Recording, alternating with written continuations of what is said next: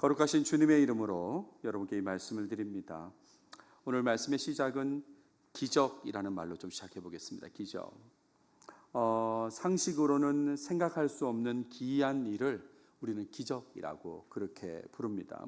상식으로 생각할 수 없다고 그랬지만 좀 다르게 표현하면 절대 있을 수 없는 일이라고 생각되는 일, 그 일에 붙이는 표현이 바로 기적이라는 거죠. 기적. 가능성 0%입니다. 0%. 누구도 이게 발생할 거라고 생각하지 않는 일이 생길 때에 우리는 그것을 기적이라고 그렇게 얘기하죠. 오래전에 이 땅을 살았던 사람들이 현대의 기기들을 통한 성과를 본다면 아마 기적이라고 하지 않겠습니까?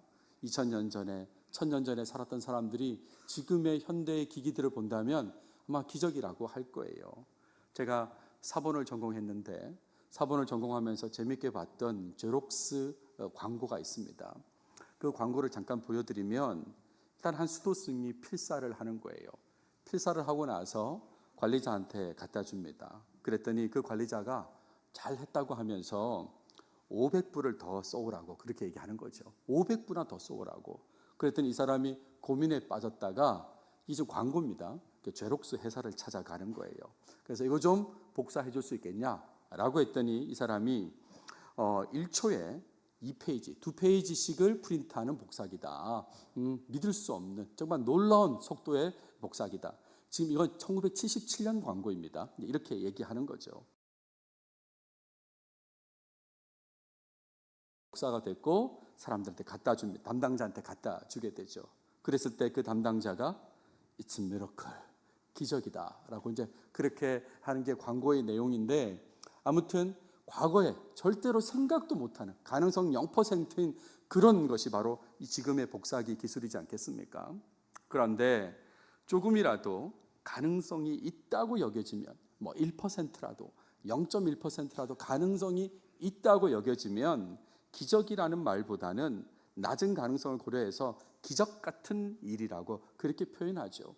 기적은 아니에요. 가능성이 조금이라도 있었기 때문에. 하지만 그 가능성이 너무 낮아서 우리는 기적 같은 일이라고 그렇게 표현합니다. 제가 다른 설교 때도 말씀을 드렸는 것 같은데 대학교 기숙사 시절에 그 당시 공중전화가 있었습니다. 카드전화, 동전전화가 있었는데 동전전화로 전화를 했었습니다. 100원을 넣으면 20원이 떨어지고 한 2분마다 20원씩 떨어지는 그런 전화기입니다. 그런데 통화 시간이 길어질수록 금액이 자꾸 올라가는 걸 경험했습니다. 돈이 자꾸 올라가는 거예요. 제 뒤에 서 있는 사람들은 얼마나 짜증이 났겠습니까? 근데 돈이 자꾸 올라가는 그런 현상이 벌어졌습니다. 아마 가능성이 전혀 없다고 할 수는 없겠죠. 기계적인 어떤 그 전자적인 오류 때문에 그렇게 될 수 있을 것 같은데, 그러니까 이거를 기적 같은 일이라고 저는 말하고 싶습니다. 요즘 예능 프로를 제가 잘 모르니까요. 오래전에 봤던 1박 2일 프로그램에 박찬호 선수가 출연한 적이 있어요. 이런 그거 하는 건데 그때 제안을 한 거죠. 가장 끝 흰선에 도달하면 그러면 모든 사람들이 실내 취침하게 하겠다라고 했는데 진짜 끝에 도달하게 되었습니다. 흰선에. 저도 이 장면을 보면서 깜짝 놀랐는데 이렇게 될 가능성은 있죠. 하지만 이렇게 되기가 너무 힘드니까 기적 같은 일이다 이렇게 말하지 않겠습니까? 기적에 비하면 기적 같은 일은 종종 접할 수는 있습니다. 하지만 기적 같은 일도 흔한 일은 아닌 것입니다. 정말 흔한 일이 아니니까 우리가 기적 같은 일이라고 하지 않는 제목이 있습니다. 기적 같은 일, 눈길에 추락한 차량서 극적 생존한 운전자라는 제목의 기사입니다. 내용을 보면 눈길에 미끄러진 차량이 산비탈 40m 아래로 추락했습니다. 40m, 4m도 아니고요. 40m 아래로 추락했는데도 생존했다. 기적 같은 일이다. 그런 기사의 내용이에요. 특별히 오랫동안 좋지 않았던 인간관계가 좋아지는 것 또한 기적 같은 일이라고 할 수 있습니다. 정말 오랫동안 안 좋은 관계였어요. 근데 그게 좋아지는 것도 기적 같은 일이지 않겠습니까? 일어날 수 있는 일은 맞습니다. 하지만 거의 힘든 일이란 걸 여러분 잘 아실 거예요. 오늘 본문은 바로 이런 기적 같은 일이 나타났음을 보여주는 내용이다라고 하겠습니다. 이런 내용에 주목하면서 하나님을 더욱 의지하는 삶, 그 삶을 살 것을 강조하는 내용을 이어보도록 하겠습니다. 앞부분을 읽어주셨는데 1절부터 11절까지를 본문으로 말씀을 드릴게요. 자, 본문을 보시면 오늘 본문은 드디어 야곱이 형 에서를 만나는 그 장면을 보여줍니다. 계속해서 지금 만나기를 준비하는 과정의 내용을 2주간 보았는데 이제 드디어 만나게 됩니다. 그런데 지난 시간에 다뤘던 본문 32장의 후반부 본문과 오늘 본문 33장 초반부를 고려할 때에 그 사이에 생략된 내용이 있다는 것을 알 수 있어요. 여러분들이 독자가 되셔서 내용을 읽어보시면 누구나 쉽게 생략된 내용을 파악할 수 있는데 그 내용은 이런 겁니다. 야곱이 야복강을 건넜다는 거예요. 이 내용은 기록되어 있지는 않지만 내용을 읽으면서 야곱이 야복강을 건넜구나라는 것을 알 수 있습니다. 또 하나는 야곱이 밤에 먼저 떠났던 가족들을 만났다는 것입니다. 앞서 먼저 보냈지 않습니까? 홀로 남았었는데 그런데 야곱이 건너서 그 먼저 간 가족들을 만났구나라는 것을 이 문맥 속에서 알 수 있습니다. 자, 이런 상황에서 33장 1절 2절이 진행되는데 가족들을 배치하는 내용으로 시작합니다. 형 에서가 오고 있다는 것을 야곱이 보았습니다. 이미 알려진 대로 에서는 400명의 장정과 함께 오고 있었습니다. 이미 야곱의 종들을 통해서 보고를 받았지 않습니까? 형이 400명과 함께 오고 있다. 근데 지금 그거를 직접 눈으로 보고 있는 것입니다. 그래서 가족들을 나누어서 배치합니다. 맨 앞줄에는 여종들과 그들의 자식들을 배치했습니다. 여기서 여종들은 레아와 라헬의 여종이죠. 그래서 실바와 빌하를 말하는데 실바와 빌하를 통한 자식들은 실바를 통한 갓 아셀, 빌하를 통한 단 납달리입니다. 그러니까 총 6명을 앞에 배치를 했다는 것이죠. 그리고 두 번째 줄에는 레아와 그의 자식들을 배치했습니다. 레아를 통한 아들은 6명입니다. 루벤, 시므온, 레위, 유다, 이사갈, 스불론, 그리고 딸 디나가 있죠. 그러니까 총 8명을 두 번째 줄에 배치하게 되죠. 세 번째는 라헬과 요셉을 배치했습니다. 이때는 아직 베냐민이 출생되지 않았던 때입니다. 그러니까 라헬과 요셉을 배치하게 되었어요. 자, 이런 상황에서 이제 진행하게 되는데 여기서 질문이 하나 생기죠. 야곱은 왜 가족을 나누어서 배치했을까? 왜 배치했을까? 이렇게 했을 때 보통을 두려워하고 있기 때문에 그렇다라고 답하는 거죠. 위험한 상황이 생길 수 있다는 그런 생각에 그래서 사랑하는 사람들이 가장 먼저 도망갈 수 있도록 취한 것이다. 이렇게 한 것이다. 이런 겁니다. 그러니까 라헬 그리고 라헬을 통한 요셉을 사랑했기 때문에 그들이 가장 먼저 도망갈 수 있도록 제일 뒤에 배치를 했다. 그런 생각입니다. 그런데 시키기 위한 것이다. 이렇게 이해하는 사람도 있습니다. 나름 예절을 고려한 서열순이다 이거죠. 서열순으로 그렇게 배치한 거다라는 겁니다. 오늘 본문을 보시면 야곱이 참 변화된 모습을 보여요. 그 변화된 모습의 야곱을 고려할 때에 아마 이 두 번째를 좀 많이 생각하시면 좋겠습니다. 첫 번째가 아주 틀렸다는 게 아니라 두 번째 부분을 더 많이 생각하시면서 보시면 좋겠다 이런 말이죠. 형에게 예절에 맞게 인사시키기 위해서 그렇게 배치했다 이런 겁니다. 그리고 3절에 보시면 야곱이 형에게 나아갑니다. 일단 모든 가족들보다 앞에서 나아갑니다. 이것은 매우 변화된 모습이죠. 여러분 지난 시간에 본문을 한번 떠올려 보십시오. 그들을 인도하여 시내를 건너가게 하며 그의 소유도 건너가게 하고 야곱은 홀로 남았더니 라고 하는 구절이 지난 시간 본문에 나왔지 않습니까? 가장 뒤에 있던 사람이었습니다. 근데 지금은요 가장 앞에 서서 나아가지 않습니까? 그러니까 굉장히 큰 변화된 모습이다 이렇게 말할 수 있는 겁니다. 그런 다음에 몸을 7번 땅에 굽히며 나아갔다라고 했습니다. 왜 형에게 나아가는데 몸을 7번이나 땅에 굽히면서 절하면서 나갔을까? 왜 그랬을까? 이 부분에 대해서 아르마나 문서를 얘기하는 사람들이 있어요. 신학을 공부하다 보면 많이 언급되는 문서 중에 하나입니다. 이집트의 유물이고 점토판에 쓰여진 외교 문서라고 할 수 있습니다. 이렇게 생겨 있습니다. 300여 개의 조각이 있는데 그래서 베를린 근동박물관, 대영 박물관, 이집트 박물관, 루브르 박물관, 푸시킨 미술관 등에 이렇게 흩어져서 보관되어 있습니다. 확대해서 보여드리면 이런 거고요. 쐐기 문자로 이렇게 기록되어 있습니다. 이런 외교 문서에 따르면 속국의 신하가 봉건 군주에게 경의를 표하는 모습이 기록되어 있거든요. 그러니까 그거하고 연결해서 이해해 보려는 그런 시도가 있었습니다. 또 다른 이해는 하나님을 향한 행동이라고 그렇게 이해하는 것이죠. 눈을 들어본즉 사람 셋이 맞은편에 서 있는지라 그래서 그는 아브라함을 말합니다. 아브라함이 그들을 보자 곧 장막문에서 달려나가 영접하며 몸을 땅에 굽혀라는 표현이 나오잖아요. 그러니까 하나님께 몸을 굽혀 경배하는 것처럼 이렇게 한 것이다라고 그렇게 이해하는 사람들이 있습니다. 그런데 봉건 군주나 하나님 모두 이 본문에는 해당되지 않습니다. 지금 야곱이 무슨 속국의 신하가 아니지 않습니까? 그리고 에서는 하나님이 아니지 않습니까? 그러니까 이런 해석은 적용하기 힘들어요. 자, 그렇다면 왜 야곱은 몸을 7번이나 땅에 굽히며 나아갔을까라고 했을 때 이삭이 야곱을 축복한 내용을 떠올리면 좋겠습니다. 아버지 이삭이 야곱을 축복할 때 그 내용을 한번 떠올려 보십시오. 27장 29절에 이렇게 축복합니다. 만민이 너를 섬기고 열국이 내게 굴복하리니 내가 형제들의 주가 되고 내 어머니의 아들들이 내게 굴복하며 네가 형제들의 주가 되고 형제들이 너에게 굴복할 것이다 라고 그렇게 축복했습니다. 사실 이 내용은 원래 에서를 위해서 한 말이지 않습니까? 아버지 이삭은 지금 축복을 받는 대상자가 에서인 줄 알고 이 내용을 얘기했다 이런 말이죠. 네가 모든 형제들의 주가 될 것이고 그 형제들은 내게 굴복할 것이야 라고 그렇게 축복했는데 야곱이 가로채는 바람에 야곱이 이 축복을 듣게 된 것입니다. 그래서 아버지를 통한 축복이 원래 형 에서의 것이라는 것을 드러내는 모습이라고 그렇게 이해하시면 좋겠습니다. 원래 형이 저를 받아야 될 대상입니다. 원래 축복이 형 거였습니다. 라고 하면서 야곱이 7번 절을 하면서 맨 앞에 나서서 이렇게 나갔다 이런 말이죠. 자, 그리고 드디어 4절에 형제가 만나게 됩니다.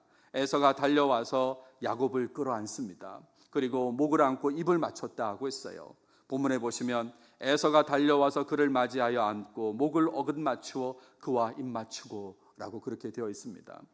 에서의 마음에 원한이 없다는 것을 보여주는 내용이에요. 짧은 구절이지만 지금 우리 생각에는 에서가 원한을 가지고 있을 거라고 생각했는데 그런데 이 4절에서 에서의 마음에 원한의 마음이 없구나라는 것을 알 수 있게 하는 그런 내용이다 이런 말입니다. 그리고 나서 에서와 야곱은 함께 울었다라고 했습니다. 서로 운이다라고 했죠. 그러니까 지금까지의 형제 간 냉전 관계가 완전히 깨진 것을 의미한다라고 하겠습니다. 그러니까 이 내용을 보면서 이제는 화해를 통한 대화가 시작될 수 있구나라는 것을 느낄 수 있는데 5절에 보시면 대화가 이어집니다. 먼저 에서가 야곱에게 말을 하죠. 야곱과 함께 있는 그 사람들에 대한 질문을 합니다. 너와 함께한 이들은 누구냐? 라고 했습니다. 그때 야곱이 이렇게 대답해요. 하나님이 주의 종에게 은혜로 주신 자식들이니이다 라고 했습니다. 하나님이 주의 종에게 주셨습니다 라고 이제 그렇게 얘기하는데 여기서 주라고 하는 표현은 사실은 형을 얘기하는 것입니다. 형이고요. 원래 본문에서는 주라는 표현은 없고 당신으로 되어 있습니다. 2인칭으로 되어 있는데 뒤에 종이라는 표현이 나오기 때문에 아마 번역상에서 주라고 한 것 같은데 이것은 형 에서를 얘기하는 거예요. 하나님께서 형의 종 나에게 은혜로 주신 자식들입니다 라고 그렇게 얘기하죠. 지나온 시간들을 하나님의 은혜로 표현했다라고 할 수 있습니다. 사실은 은혜로 표현하지 않을 수도 있어요. 자식들을 이렇게 가리키면서 사실은 제가 라헬하고 결혼하려고 했는데 외삼촌이 속여가지고 레아하고 먼저 결혼하는 바람에 루벤, 시몬, 레위, 유다 얘들이 태어났어요. 뭐 이렇게 할 수도 있잖아요. 그런데 그렇게 얘기하지 않습니다. 지나온 시간들을 다 하나님의 은혜로 표현하면서 하나님께서 은혜로 주신 자들입니다. 이렇게 얘기한다 이런 말이죠. 자, 그런 다음에 6절, 7절에는 야곱 가족들이 인사하는 내용이 나옵니다. 배치된 순서대로 에서에게 인사해요. 앞서 보여드렸죠?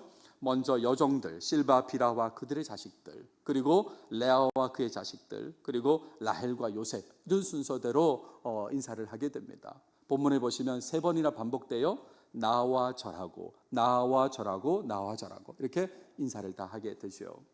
야곱은 준비한 선물과 함께 가족들이 절을 하면서 인사를 하게 함으로써 오래전 자신의 잘못으로 빼앗은 축복을 되돌리려고 그렇게 한 것이다 라고 이해할 수 있습니다. 앞서도 제가 야곱이 7번 절하면서 나갔다고 그랬지 않습니까? 지금 이 장면에서는 가족들도 다 절하게 했습니다. 그러니까 이 절을 받아야 될 대상은 형입니다. 원래 축복을 대상은 형입니다라는 것을 보여주는 모습이다, 이런 말이죠. 자, 그리고 이제 8절부터 11절까지는 선물에 대한 형제의 대화가 이어집니다. 에서가 야곱한테 얘기하죠. 내가 만난 바 이 모든 때는 무슨 까닭이냐라고 했습니다. 앞서 야곱의 종들이 이제 선물을 들고 갔지 않습니까? 데리고 갔잖아요. 그러니까 내가 만난 바 이 모든 때는 무슨 까닭이냐? 야곱의 종들을 통해서 사실은 다 알고 있는데, 그런데 질문을 했어요. 아마 야곱의 종들을 먼저 만났을 때 야곱의 종들이 대답했겠죠. 알려줬지 않습니까? 대답하기를 주의 종 야곱의 것이요 자기 주 에서에게로 보내는 예물이오며 야곱도 우리 뒤에 있나이다 하라라고 했으니까 이 말을 그대로 전달해서 에서는 다 알고 있을 텐데, 그럼에도 불구하고 내가 만난 바 이 모든 때는 무슨 까닭이냐라고 그렇게 물었습니다. 이것은 우리가 지금 이렇게 문어체로 계속 봐서 그런데 화해 이후에 조금 유쾌한 분위기 속에서 대화가 이어졌다는 것을 보여주는 거예요. 그러니까 에서가 좀 웃긴 거예요. 상황이. 야, 이게 다 뭐냐라고 그렇게 얘기한 겁니다. 특히나 이렇게 말할 수 있는 것은 에서가 보기에 야곱이 여러 때로 나누어서 보낸 거잖아요. 그러니까 그게 재밌게 여겨진 거예요. 얘가 나를 좀 두려워했구나. 그러니까 제가 5때라고 지난 시간에 말씀을 드린 것 같은데 추정이긴 하지만 양, 염소, 소 이렇게 나누어서 보냈을 거라고 생각하는데, 그 여러 때로 나누어서 보낸 걸 보면서 또 오는 종마다 똑같은 얘기를 했을 거 아닙니까?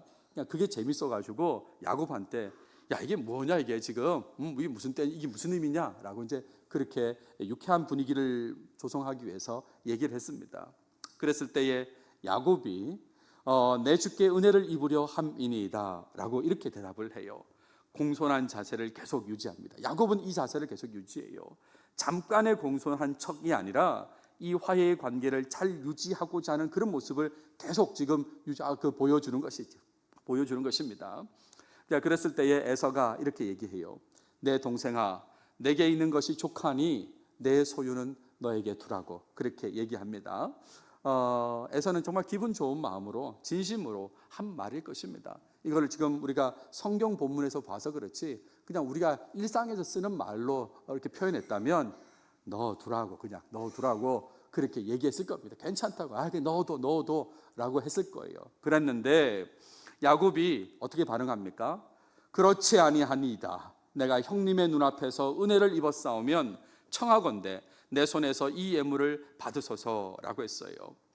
야곱이 에서에게 화해의 표시로 선물을 받아달라고 간곡하게 요청하는 이 말이지 않습니까? 꼭 받아주십시오라고 얘기합니다. 그러면서 하나님과의 관계를 언급하면서 계속해서 강권하고 설득하는 모습이 나와요.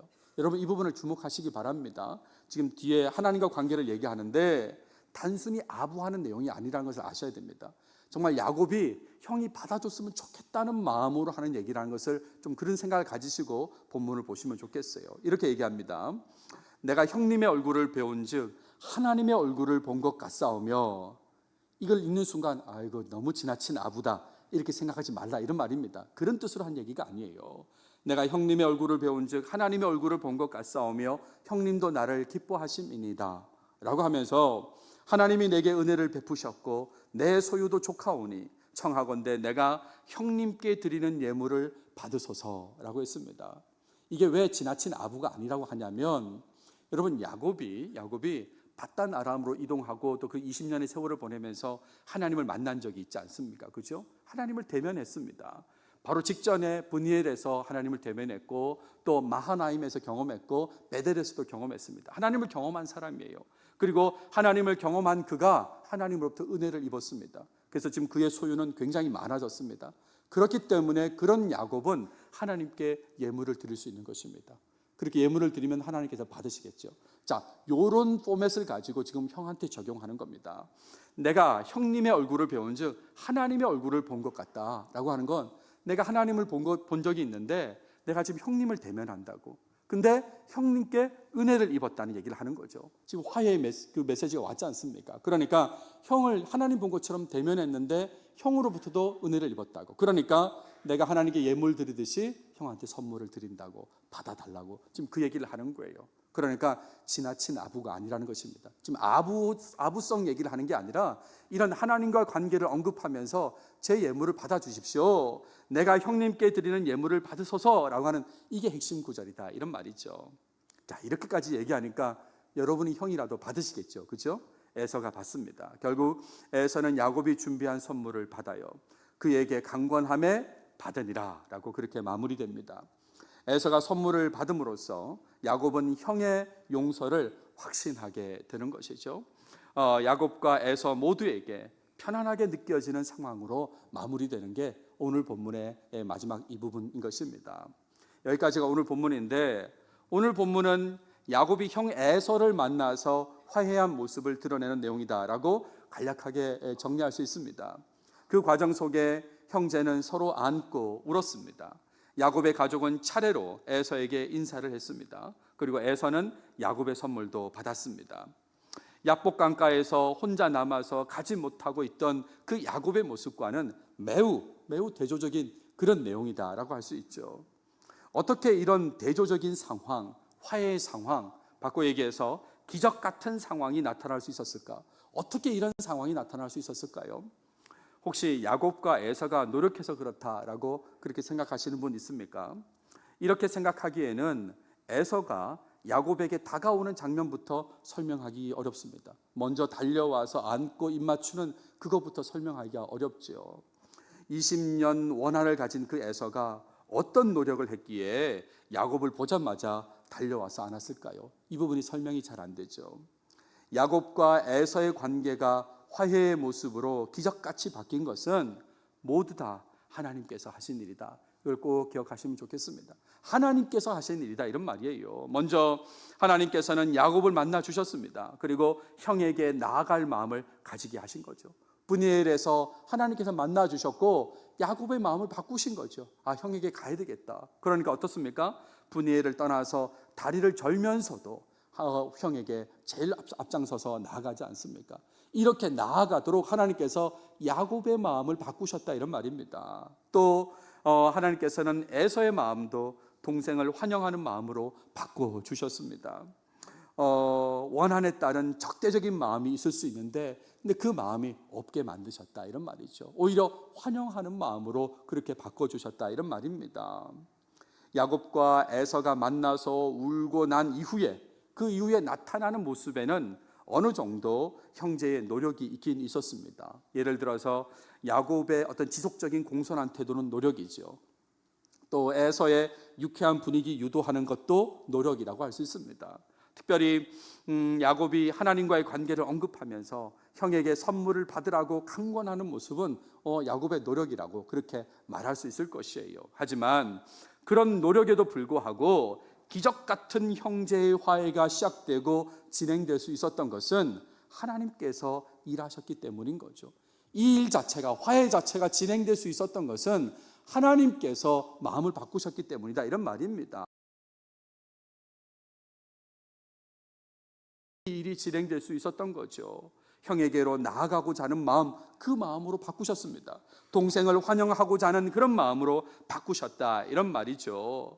이렇게 하나님께서는 사람의 마음까지 바꾸시면서 일을 행하시는 전능하신 분이다 라는 것을 오늘 본문이 보여준다라고 하겠습니다.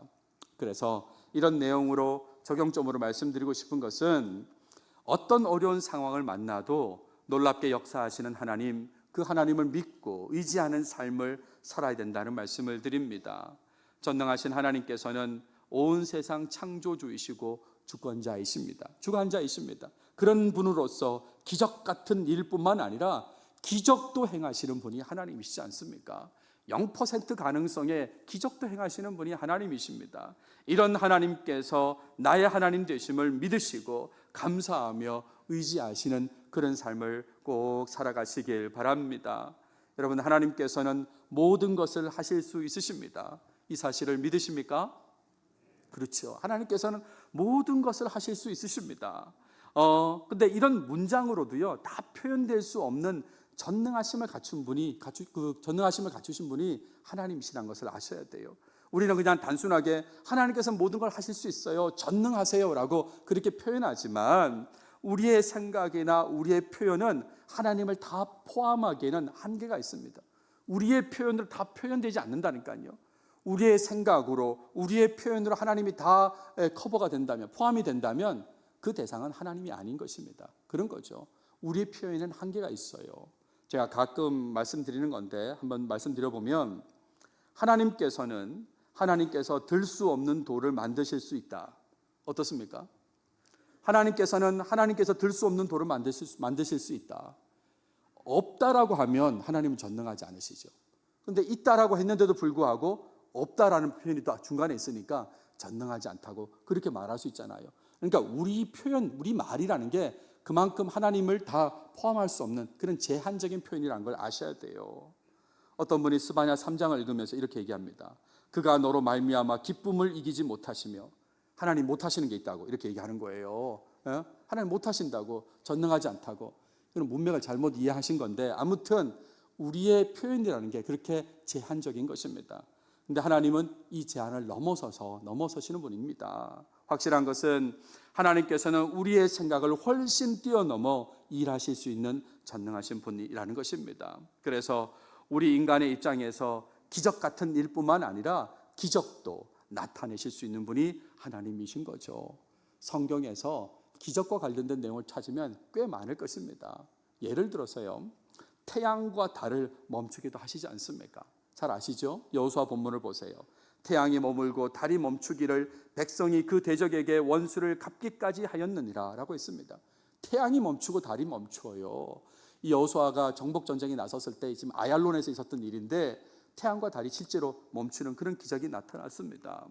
죽은 사람을 살리기도 하시지 않습니까? 여러 케이스가 있는데 요한복음을 보시면 큰 소리로 나사로야 나오라 부르시니 죽은 자가 수족을 배로 동인 채로 나오는데 죽은 지 나흘 됐습니다. 그런데 나오라고 하시니까 나오지 않습니까? 이렇게 기적을 베푸실 수 있는 분이 하나님이시다, 이런 말이죠. 기적을 행하시는 하나님께서 기적 같은 일은 얼마나 쉽게 행하시겠습니까? 가능성 0의 기적도 행하시는 분인데 기적 같은 일은 더 쉽게 행하시지 않겠냐, 지금 그 말씀을 드리고 있습니다. 사람을 만드시고 사람의 생사화복을 주관하시는 분이십니다. 그분께서 사람의 마음을 바꾸시는 것은 충분히 쉽게 하실 수 있는 일이다라는 거예요. 우리 인간의 생각으로는 마음의 변화도 힘들다고 생각하지요. 그래서 그것을 기적 같다라고 표현하지만 여러분, 하나님께서는 우리를 만드신 분입니다. 우리의 생사화복을 주관하시는 분입니다. 그러니까 우리의 마음을 바꾸는 건 매우 쉬운 일이다라고 할 수 있는 거죠. 여러분, 수학 공식 중에 이런 거 혹시 아시는 분 계세요? 아시는 분 있습니까? 세상에서 가장 어려운 방정식 이랍니다. 나비의 스톡스 방정식.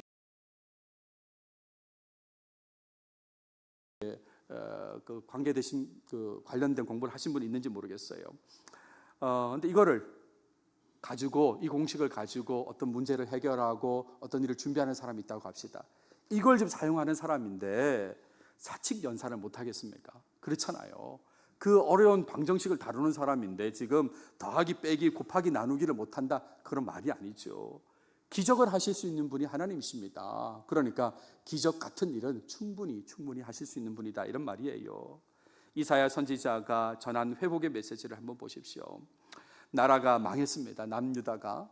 이 말은 회복은 기적 같은 일이다, 이런 말이에요. 나라가 회복된다는 건 기적 같은 일인데 하나님께서 회복을 작정하시면 공간이 부족할 정도로 회복시켜 주신다는 그런 말씀을 주세요. 이사야 49장 21절을 제가 읽어보겠습니다.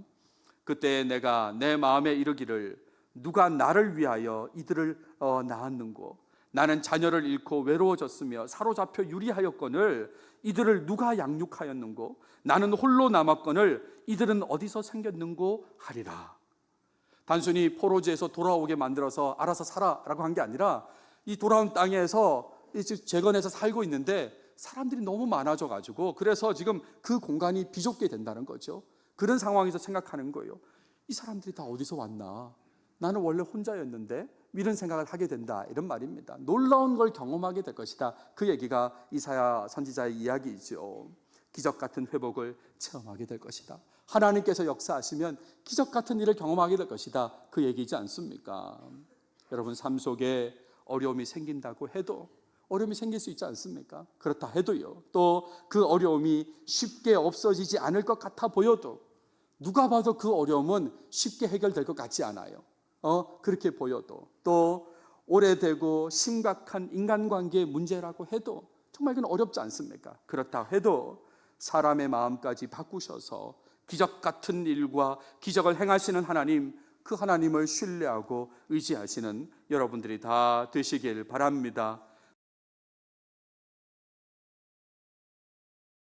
그렇게 상황을 바꿔주실 것입니다. 하나님께서는 하실 수 있는 분이십니다. 그렇게 바꿔주실 걸 믿고 의지하시길 바라요. 제가 유학 중에 혼자 귀국했습니다. 저의 그 합법적인 체류 기한이 끝이 나서, OPT 기간까지 끝이 나서 제가 혼자 먼저 한국에 들어오게 되었습니다. 가족들이 3명이 이제 미국에 남아 있는 상황에서 벌어진 일을 제가 나중에 듣게 되었는데, 3명이 그 미국 교회를 다녔거든요. FBNO라고 뉴올리언즈 제일 침례 교회라고 불리는 그 교회를 이제 다녔는데, 근데 그 교회에서 어떤 교인으로부터 야구 경기 티켓을 얻었다는 거예요. 뉴올리언즈는 야구 경기장이 있습니다. 뉴올리언즈 제퍼스라는 팀이 활동하는데, 이 뉴올리언즈 제퍼스는 뉴욕 매치하고 연결된 트리플 A 팀입니다. 그래서 그 경기가 이루어져요. 우리나라 선수 중에 박찬호 선수도 이 뉴올리언즈 제퍼스에서 뛴 적이 있습니다. 근데 이 경기장 티켓을 받아서 그래서 이제 3명이 야구장을 갔다는 거예요. 나중에 알게 된 것은 그 티켓은 좌석이 따로 없는 외야석 티켓이었습니다. 그리고 그 외야석은 잔디밭이고 햇빛도 차단이 안 되는 그런 곳이라고 이제 나중에 알게 됐다는 거죠. 그리고 야구장에 가서 주차장에 주차를 하고 이제 움직이는데, 주차장에서 한 백인 여성을 만났다는 거죠. 그리고 그 백인 여성이 자신의 티켓을 제 아내에게 주었다는 겁니다. 그 티켓은 내야석 티켓이었어요. 햇빛도 차단되고 편안한 자리인 내야석 티켓을 주고 갔다는 거죠. 그래서 그 티켓을 가지고 가보니까 기존에 가지고 있던 티켓은 저 외야석 잔디밭이었다는 것을 알게 된 것이죠. 왜 그 사람은 제 아내한테 티켓을 주었을까요? 많이 불쌍해 보였을까요? 왜 그랬을까요? 생각하면 사람의 마음을 움직이시는 하나님이시구나. 우리는 이유를 알지 못하죠. 하지만 하나님께서 그 마음을 바꾸셔가지고 움직이셔가지고 저 아시안 동양 사람한테 티켓을 줘라 이런 마음을 주신 거 아니겠습니까? 그렇죠? 그래서 하나님께서 그 마음을 바꾸셨다. 지금 그 얘기를 하고 있는 겁니다. 오래전에 여름 수련회 갔던 생각이 납니다. 여러 가지 문제로 인해서 수련회 시작부터 불편한 마음을 가졌어요. 그런 마음이 가득했어요. 출발할 단계에 버스 문제부터 시작해서 여러 가지가 좀 좋지 않은 상황들이 벌어져서 수련회를 참여하면서도 이렇게 불편한 마음이 생기나 하는 그런 수련회였습니다. 찬양으로 예배를 시작했는데, 근데 그때까지도 마음이 예배에 적합하지 않는 그런 마음이에요. 스스로가 알지 않습니까? 이런 불편한 마음은 예배에 적합하지 않다라고 이제 그렇게 생각이 되었어요. 그런데 설교를 들으면서 어느 순간 하나님의 사랑에 감격하고 있는 제 자신을 느끼게 된 거죠. 저는 원래 이 수련회 예배에 적합하지 않는 마음이라고 그랬습니다. 근데 그런 마음으로 지금 설교를 듣는 중에 어느 순간 하나님 사랑에 감격하고 있었습니다. 하나님께서 마음을 바꾸신 것이죠.